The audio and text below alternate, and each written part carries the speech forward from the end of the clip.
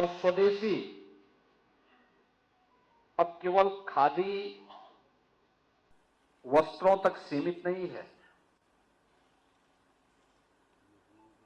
सुई से लेकर के समुद्री मालवाहक जहाजों से के निर्माण को लेकर के और एक फाउंटेन पेन से लेकर के एरोप्लेन के निर्माण को लेकर के भारतीय जनता पार्टी के नेतृत्व की सरकार देश के अंदर इस प्रकार का प्रोडक्शन कर रही है। इसलिए स्वदेशी की इस अवधारणा को विराट और व्यापक रूप दिया है आदरणीय प्रधानमंत्री जी ने। जो भारत में निर्मित हो, जिससे भारत के श्रमिकों का पसीना लगा हो और भारत की युवा शक्ति की प्रतिभा जिसके निर्माण में लगी है, वह हमारे लिए स्वदेशी है।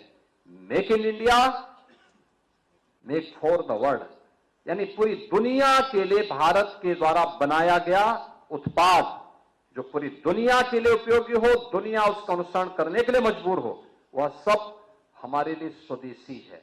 और उस स्वदेशी को हम सब अपने जीवन का हिस्सा बना सकें, यह अत्यंत महत्वपूर्ण है। उस अभियान में आपको अपनी अपनी इकाई में योगदान देना है। इसलिए महत्वपूर्ण संगोष्ठी और शारदीय नवरात्रि की द्वितीया तिथि को यह आपके लिए भी और हम सब के लिए भी अत्यंत महत्वपूर्ण विषय है। आपने यहां पर अभी इस कार्यक्रम के राष्ट्रीय सह संयोजक श्री सीपी जोशी के उद्बोधन को सुना है। उन्होंने बड़ी सहजता के साथ इस बात को कहा कि एक समय दुनिया की अर्थव्यवस्था में भारत का जो योगदान था वह 40% था। यह 2000 वर्ष पहले की बात है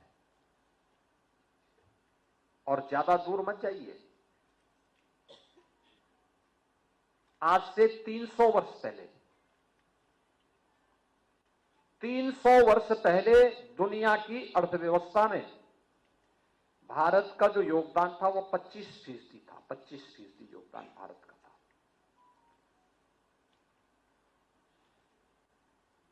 उद्योगों से उत्पादन में भारत का, यानी औद्योगिकीकरण में जो उत्पादन होता था, उसमें भारत का योगदान नंबर 1 पर था। 25% का योगदान अकेले भारत का हुआ करता था। भारत का मतलब आज का भारत, पाकिस्तान और बांग्लादेश, जिसको आप बृहत्तर भारत कहते हैं। यानी 300 वर्षों तक भारत दुनिया की नंबर 1 की आर्थिक ताकत थी, नंबर 1 का उत्पादक राष्ट्र था और कृषि में तो भारत की कोई सानी ही नहीं थी। कृषि की स्थिति यह थी, जो बात अभी कह रहे थे डॉक्टर जोशी जी, दुनिया के अंदर अगर आप देखेंगे, वास्तव में यह सच है कि अगर भौगोलिक दृष्टि से आप देखेंगे तो भारत का स्थान दुनिया के अंदर 7वें राष्ट्र के रूप में आता है। इस हमारा जो भौगोलिक क्षेत्रफल है वो 7वें नंबर पर आता है। नंबर 1 पर रूस है, नंबर 2 पर चीन आता है, नंबर 3 पर अमेरिका आता है, नंबर 4 पर ब्राजील का नंबर आता है, फिर ऑस्ट्रेलिया का नंबर आता है, कनाडा का नंबर आता है, कनाडा के बाद ब्राजील, ब्राजील के बाद ऑस्ट्रेलिया, ऑस्ट्रेलिया के बाद तब भारत, बृहत्तर भारत का नंबर आता है। यानी भारत, पाकिस्तान और बांग्लादेश का जो कुल भूभाग है, इसके पास लगभग 42.5 करोड़ हेक्टेयर की भौगोलिक क्षेत्रफल था हमारे पास, लेकिन रूसी संघ के पास जो है वह है 1,70,00,00,000 हेक्टेयर लैंड उसके पास, बहुत बड़ा भूभाग उसके पास, भारत से कई गुना बड़ा। अमेरिका के पास भी काफी बड़ा है, कनाडा के पास भी कई ज्यादा बड़ा,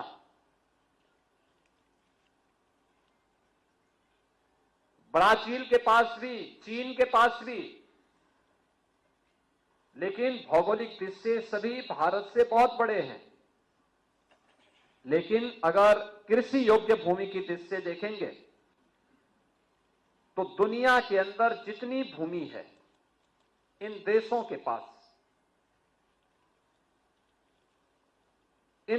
पास जितनी भूमि है उसमें केवल और केवल 20% भूमि पर ही कृषि हो सकती है,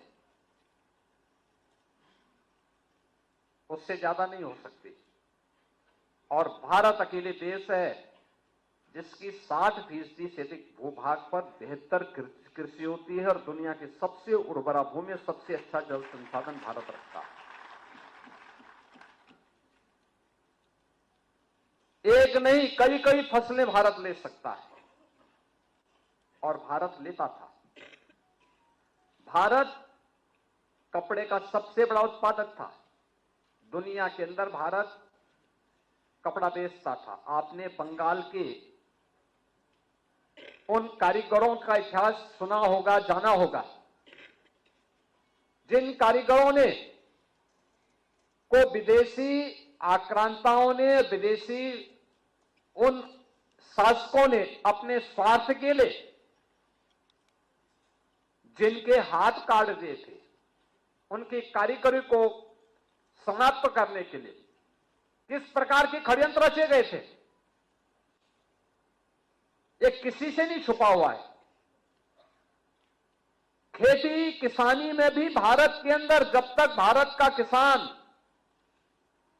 आप में से बहुत सारे लोग जानते होंगे और आपसे एक पीढ़ी पहले के लोग जानते होंगे, हमारे यहां खेती बाड़ी में urea, potash, DAP, zinc phosphate या कोई भी पेस्टिसाइड, कोई भी केमिकल इस्तेमाल नहीं होता था। ये सीजन था, होली से लेकर के और दीपावली के बीच हर गांव में गाय, बकरी, भैंस ये खेतों में बांधे जाते थे और खेतों में बांध करके वह उसी हिसाब से खेती की उर्वरता को बनाते थे। यानी जितनी हम खेती का दोहन करते थे उससे कई गुना हम खेती को रिटर्न करते थे उसके माध्यम से। परिणाम क्या होता था? आज जिसको लेकर के प्रधानमंत्री जी नेचुरल फार्मिंग कह रहे हैं, जिसके लिए सुभाष पालेकर जी कहते हैं जीरो बजट खेती, ये जीरो बजट खेती ही हमारा अन्नदाता किसान इस देश के अंदर करता था। ये वही खेती थी, गाय का गोबर, गाय का मूत्र, गाय से जुड़े हुए उत्पाद, गाय का खुर उस धरती को मुलायम भी करता था, उसकी उर्वरता को भी बनाता था। परिणाम क्या होता था? खूब अन्न उत्पादन होता था, खूब अन्न उत्पादन होता था, धन धान्य से परिपूर्ण था। कहते हैं भारत पे जब इस्लाम ने पहला हमला किया था उस समय भारत की आबादी, यानी उसके बाद भी सन 1100 तक भारत के अंदर हिंदुओं की आबादी 60 करोड़ थी, 60 करोड़। और 1947 में जब ये देश आजाद हुआ उस समय हिंदुओं की आबादी रह गई थी मात्र 30 करोड़। आप मुझे बताइए इन 800-900 वर्षों में हमारी आबादी बढ़नी चाहिए थी कि कम होनी चाहिए थी? कम हुई। हम 60 करोड़ से 30 करोड़ पे आ गए, यानी आबादी ही नहीं घटी, हमारी खेती के उत्पादन को भी कम कर दिया गया। ये आबादी जो कम हुई, आक्रांताओं ने ही मारा नहीं, बल्कि भूख से मरे, बीमारी से मरे, तमाम अन्य प्रकार की यातनाओं से मरे। विदेशी दास्ता ऐसे ही होती है। इस देश पे वही किया गया, इस देश पर अत्याचार किया गया, उसका शोषण किया गया। और जिस भारत में 300 वर्ष पहले आधी से कम आबादी खेती पर निर्भर करती थी, आधी से अधिक आबादी उद्योग धंधों में लिप्त थी, बड़े उद्योग नहीं, यहां पे कल कारखाने थे, लघु सीमांत और लघु और कुटीर उद्योगों का एक जाल फैला हुआ था। ये भारत की ताकत बनती थी। भारत को उत्पादक देश के रूप में, प्रोडक्शन के रूप में भारत का बेहतरीन उत्पादन दुनिया के मार्केट में छाता था। दुनिया का व्यापारी यहां आता था, यहां से लेके जाता था, यहां से व्यापारियों का काफला अपना सामान पहुंचाता था। क्या नहीं था भारत के पास? सब कुछ तो था। लेकिन जिन लोगों ने जाति के नाम पे बांटा, क्षेत्र के नाम पे बांटा, भाषा के नाम पर बांटा, तमाम बातों के आधार पर बांटा, और आज भी वे उसी विदेशी मानसिकता के साथ काम कर रहे हैं। समाज को विभाजित कर रहे हैं, विभाजन कर रहे हैं, बांट रहे हैं, काट रहे हैं। वे लोग इस स्वदेशी अभियान में भी तमाम प्रकार की उंगलियां उठाएंगे। लेकिन प्रधानमंत्री जी का जो कहना है कि हम जो भी भारत के श्रमिकों के श्रम से बना हो, हमारे युवाओं की प्रतिभा से आगे बढ़ाओ, वह कोई भी उत्पादक जो भारत की धरती पर भारत के उद्यमी, भारत के व्यापारी, भारत के श्रमिक, भारत के युवा, इन सबके सामूहिक प्रयास से आया है, उस पूरे उत्पाद को स्वदेशी मान करके उसके लिए हमें एक एक व्यक्ति को तैयार करना है और उसी को खरीदने के लिए लोगों को कहना है। क्योंकि भारत के अंदर बना हुआ कोई भी उत्पाद जब हमारा नागरिक खरीदेगा, क्योंकि ये तो तय है कि आज के दिन पे दुनिया के अंदर भारत सबसे बड़ा उपभोक्ता बाजार भी है। 140-145 करोड़ की आबादी कौन नकार सकता है? उसकी आवश्यकताओं की पूर्ति करने के लिए, उसकी आवश्यकताओं के लिए जो भी प्रोडक्शन आना है, उस प्रोडक्शन को उसे प्राप्त हो सके, हर व्यक्ति लालायित होगा इस बाजार के लिए। क्योंकि प्रोडक्शन तो डिमांड एंड मार्केट की सप्लाई पे निर्भर करता है, और लोगों को प्राप्त हो, कोई इसको नजरअंदाज नहीं कर सकता। और इसलिए इतने बड़े मार्केट को उसके बारे में अवगत कराना एक राष्ट्रीय कार्य है। क्योंकि भारत का पैसा भारत के अंदर लगेगा तो भारत की समृद्धि का कारण बनेगा। भारत का पैसा दुनिया के उद्यमी मुनाफा कमाए तो भारत का पैसा दुनिया के बाजार में चला जाएगा। परिणाम क्या होगा? उनका मुनाफा फिर भारत के अंदर आतंकवाद को भड़काने में, नक्सलवाद को भड़काने में, उग्रवाद को भड़काने में और भारत के अंदर ही अव्यवस्था पैदा करने में उसका दुरुपयोग होगा। तो सबसे पहले भारत का पैसा भारत के कारीगरों के हाथों में जाए, भारत के युवाओं के हाथों में जाए, भारत के हस्तशिल्पियों के हाथों में जाए, इस अभियान का हिस्सा बनना। तो मैंने कहा कि यह अभियान देश की आजादी का अभियान कभी स्वामी दयानंद सरस्वती ने प्रारंभ किया था, कभी वीर सावरकर ने इसके पक्ष में आवाज उठाई थी, कभी महात्मा गांधी और तिलक ने आवाज उठाई थी, और ये आवाज आज स्वतंत्र भारत में नए भारत के शिल्पी के रूप में प्रधानमंत्री मोदी जी ने इस अभियान को एक नई गति दी है, एक नई गति दी है। और आदरणीय प्रधानमंत्री जी की प्रेरणा से हम लोगों ने उत्तर प्रदेश में 1 डिस्ट्रिक्ट 1 प्रोडक्ट की स्कीम निकाली थी, योजना निकाली थी, जो अब तक की सफलतम योजनाओं में से एक है देश के अंदर। आप जानते होंगे सभी 75 जनपदों की एक यूनिक प्रोडक्ट है यूपी के अंदर। 75 जनपदों की यूनिक प्रोडक्ट। दुनिया के अंदर कोई भी व्यक्ति खेलता कहीं भी होगा, लेकिन उसके पास फुटबॉल, उसके पास बैडमिंटन का रैकेट, उसके पास क्रिकेट की बॉल या बैट, उसके पास हॉकी का स्टिक, कुछ भी हो, वह कहीं और से नहीं बनी होगी, उत्तर प्रदेश के मेरठ में ही बनी होगी। चमड़े का उत्पाद दुनिया के अंदर लोग इस्तेमाल करते होंगे। चमड़े का बैग होगा, चमड़े का पर्स होगा, चमड़े का जूता होगा, चमड़े से जुड़ा हुआ कोई भी उत्पाद होगा,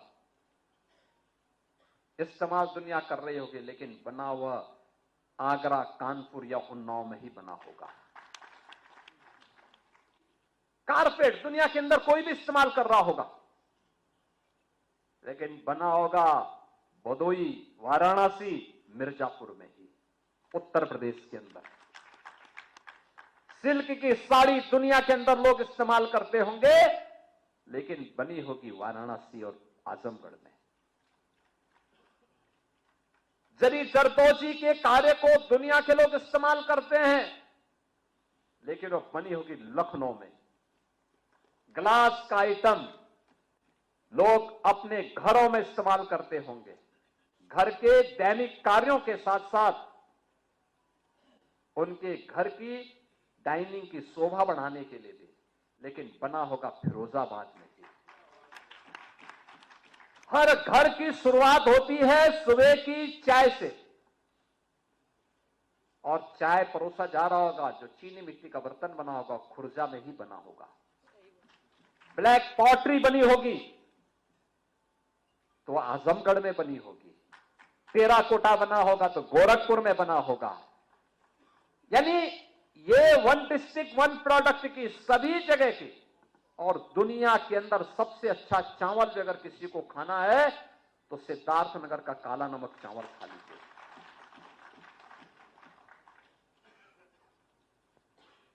किसी को अमृत फल खाना है, आंवला,